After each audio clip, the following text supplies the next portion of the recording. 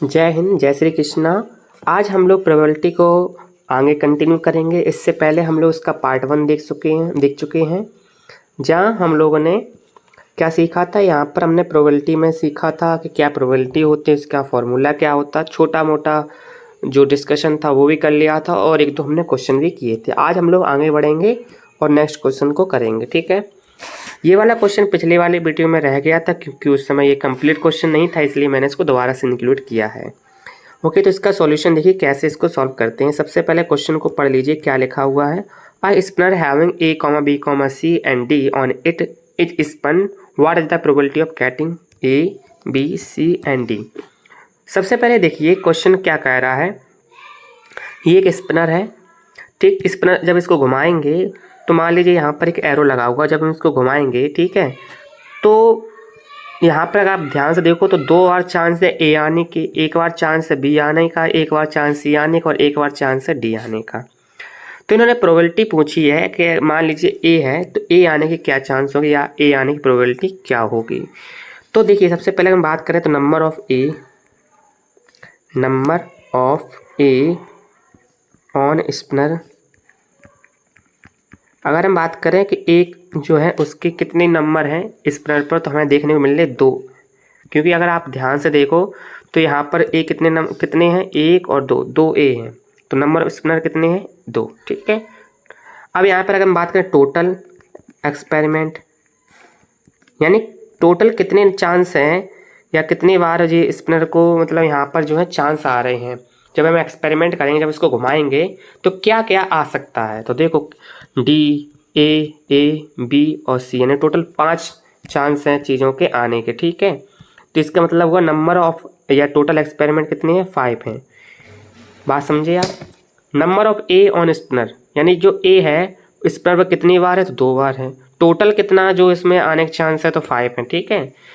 तो चलिए तो इसका प्रोबेबिलिटी निकालते हैं। तो प्रोबेबिलिटी ऑफ गेटिंग ए को गेट करने की प्रोबेबिलिटी क्या हो जाएगी। तो इसको देखो क्या होता है formula, number of outcomes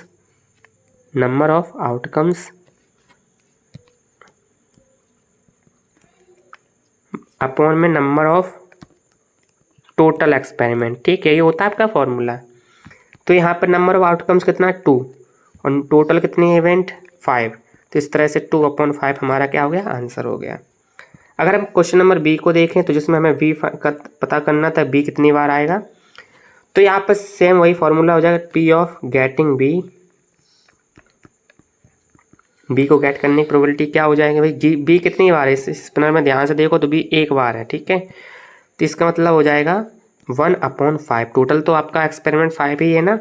C number देखो, तो इसमें पता करना था सी कितनी बार आएगा, तो प्रोबेबिलिटी ऑफ गेटिंग सी क्या हो जाएगा भाई, 1/5, क्योंकि सी भी कितनी बार है, 1 बार ही है। देखो सी भी कितनी बार है, 1 बार ही है। डी वाला आप खुद से ट्राई करना। चलिए अगला क्वेश्चन देखते हैं। क्वेश्चन नंबर देखिए यहाँ पर है, कौन सा कलर ले लूँ, ये ठीक है। क्वेश्चन नंबर ये, a dice thrown 60 times and 6 appeared 20 times, find the probability of obtaining 6 if thrown randomly. देखिए सॉल्यूशन इसको डालते हैं, उसको समझते हैं कैसे इसको करना है। डाइस आप जानते हो, ये डाइस है जैसे, तो डाइस में कितने नंबर होते हैं, 1 2 3 4 5 और 6, यानी 6 नंबर होते हैं, जिसमें से 6 आने की जो प्रोबेबिलिटी है वो कितनी बार आया, वो 20 टाइम्स आया, ठीक है। तो 6 से अपीयर्ड कितने times, 6 times, sorry 20 times, okay. Colour change कर लेता हूँ। अब टोटल कितने टाइम इस डाइस को फेंका गया, तो 60 टाइम्स। तो नंबर ऑफ टोटल एक्सपेरिमेंट कितना है, 60 है, ठीक है। तो प्रोबेबिलिटी क्या हो जाएगी, प्रोबेबिलिटी ऑफ इसमें क्या पूछे, तो find the probability of obtaining 6। तो प्रोबेबिलिटी ऑफ ऑब्टेनिंग 6, तो 6 को ऑब्टेंड करने की प्रोबेबिलिटी क्या हो जाएगी भाई, 6 कितनी बार आया था, 20 बार आया। तो उसी 20 में से ही तो कोई एक बार हमें वो 6 दिखेगा, ठीक है। तो 20 हो गया। टोटल कितनी बार मैंने उस डाइस को फेंका, तो 60 टाइम्स फेंका है। तो 20 वन जा 20, 23 जा 60, तो 1/3 हमारा क्या हो जाएगा, आंसर हो जाएगा। तो आई होप ये वाला क्वेश्चन भी आपको समझ में आया होगा। चलिए नेक्स्ट क्वेश्चन को भी कर लेते हैं और उसको भी समझते कैसे करना है। और dice is throne, what is the probability of getting an even number, a composite number and a prime number. चलिए देखिए, सबसे पहले अगर हम डाइस को फेंकते हैं तो उससे हमें कौन कौन से इवेंट देखने को मिलते हैं, कौन कौन से एक्सपेरिमेंट मिलते हैं, ठीक है। तो यहाँ पे हम सॉल्यूशन डालेंगे और देखते हैं। तो हमें ये पता है जो इसका एस होता है, तो 1 2 3 4 5 और 6, ठीक है। इसमें जो है 6 ही इवेंट हो सकते हैं, या तो 1 आ सकता है, 2 आ सकता है, 3 आ सकता है, 4 आ सकता है, 5 आ सकता है, या फिर क्या आ सकता है, 6 आ सकता है। यही चांस है आने की, ठीक है। अब यहाँ पर हम देखेंगे ए नंबर में कि क्या एन इवन नंबर, ठीक है। तो इवन नंबर कौन कौन से होते हैं पहले उसको देख लेते हैं। इवन नंबर, अगर हम बात करें इवन नंबर की, किसके हिसाब से, मैं डाइस के हिसाब से बता रहा हूँ, तो इसमें ध्यान से देखो इवन नंबर कौन कौन से हैं। एक तो ये 2 आपको दिख रहा है, ठीक है।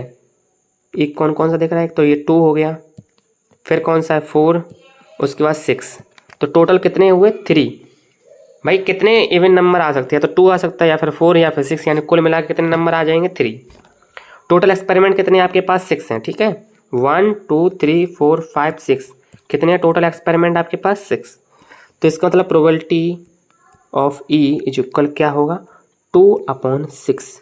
समझ आया क्यों, सॉरी 3/6, कितना 3/6। 3 कहाँ से आया, ये वो नंबर है जो इवन है। 6 क्या है, 6 वो नंबर जो टोटल है। तो टोटल कितने हैं 6 हैं, 6 एक्सपेरिमेंट हुए ना, या तो 1 आएगा, 2 आएगा, 3 4 5 6 आएगा, या फिर ऊपर क्या आ सकता है, या तो 2 आ सकता है, 4 या 6। तो इस तरह से 3/6 हो जाएगा। काटेंगे तो कितना आएगा 1/2। बी वाला देखते क्या है, अ कंपोजिट नंबर। चलिए बात कर लेते हैं कंपोजिट नंबर कौन कौन से हैं। तो कंपोजिट नंबर, कंपोजिट नंबर, तो कंपोजिट नंबर कौन कौन से हैं इस क्वेश्चन में। तो कंपोजिट नंबर कौन कौन से होते हैं, पहले तो देखो कंपोजिट होते क्या है, ऐसे नंबर जिनके 2 से ज़्यादा फैक्टर होते हैं। तो यहाँ पर 1 तो हमारा होता ही नहीं, कुछ भी नहीं होता। 2 हमारा क्या होता है, ये प्राइम नंबर होता है। 3 भी प्राइम नंबर होता है। 4 कंपोजिट नंबर होता है और 6 कंपोजिट नंबर होता है। यानी कुल मिला के कितने नंबर हुए 2, 4 एंड 6, ठीक है ना। तो 2 नंबर कंपोजिट है। टोटल आपके पास कितने एक्सपेरिमेंट या टोटल इवेंट कितने हैं, तो टोटल इवेंट की बात करें तो कितनी है 6 हैं। तो अगर इसकी प्रोबेबिलिटी देखेंगे तो क्या हो जाएगी, तो इसकी जो प्रोबेबिलिटी हो जाएगी पी ऑफ ई जो कल क्या होगा, तो 2/6, इसको ख़त्म करेंगे तो क्या आएगा 1/3। ये हमारा है बी का आंसर, ठीक है। चलिए अब करते सी वाला।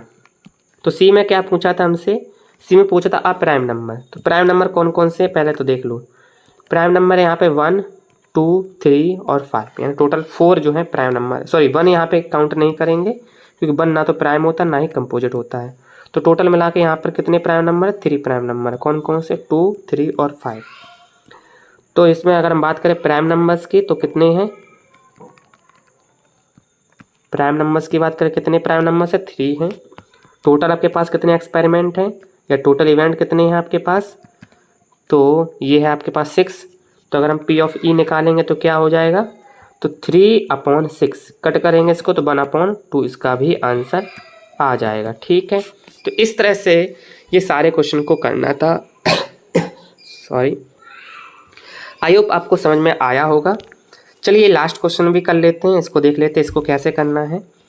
यहाँ पे क्वेश्चन में दिया गया है आपको, अ bag has 7 blue 3 red and 4 yellow marbles. अब देखिए एक बैग है, ये आपके सामने दिख रहा है बैग, इसमें देखो ढेर सारी बॉल भरी हुई हैं, ठीक है। तो एक बैग है, इस बैग में केवल कितने ब्लू मार्बल कितने हैं 7 हैं, रेड मार्बल कितने हैं तो 3 हैं, और येलो मार्बल कितने हैं तो ये हैं 4, ठीक है। अब marble is drawn at randomly, अब अपने मन से बिना देखे उससे एक रैंडम मैंने एक बॉल उठाई, ठीक है। तो इन्होंने पूछा है कि ये बताइए, एक मार्बल उठाई, सॉरी बॉल नहीं, तो find the probability of drawing. तो इन्होंने पूछी है कि बताओ मैं जो निकालूंगा वो येलो ही होगा, इसकी प्रोबेबिलिटी क्या है, ठीक। तो P of E getting a yellow marble, yellow marble को गेट करने की प्रोबेबिलिटी क्या होगी, इन्होंने पूछा है। तो क्या हो सकता है, चलिए बताइए। तो P ऑफ E क्या हो सकता है बताइए। तो येलो मार्बल टोटल हैं कितने, मेरे पास 4 हैं, 4 है टोटल। और कुल मिलाकर सारे मार्बल कितने हैं, तो सारे मार्बल को ऐड कर लीजिए ज़रा। तो देखो 7, 3, 10 और 4 14, यानी टोटल मार्बल आपके पास कितना है, 14 है। ठीक है, तो 2 2 जा 4, 2 7 जा 14, यानी 2/7 चांस है मेरे पास येलो मार्बल आए। ठीक है, बी नंबर देखो, रेड मार्बल। इन्होंने कहा भाई प्रोबेबिलिटी बताओ जब रेड मार्बल हो। तो P ऑफ R, इसे P ऑफ बाई लिख लो। ठीक है, बाई का मतलब है येलो।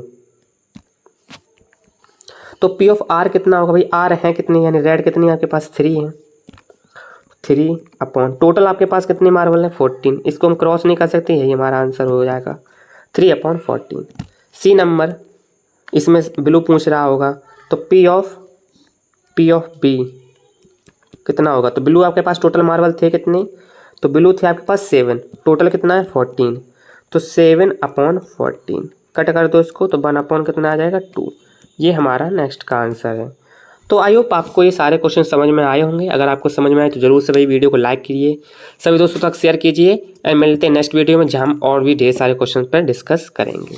Thank you.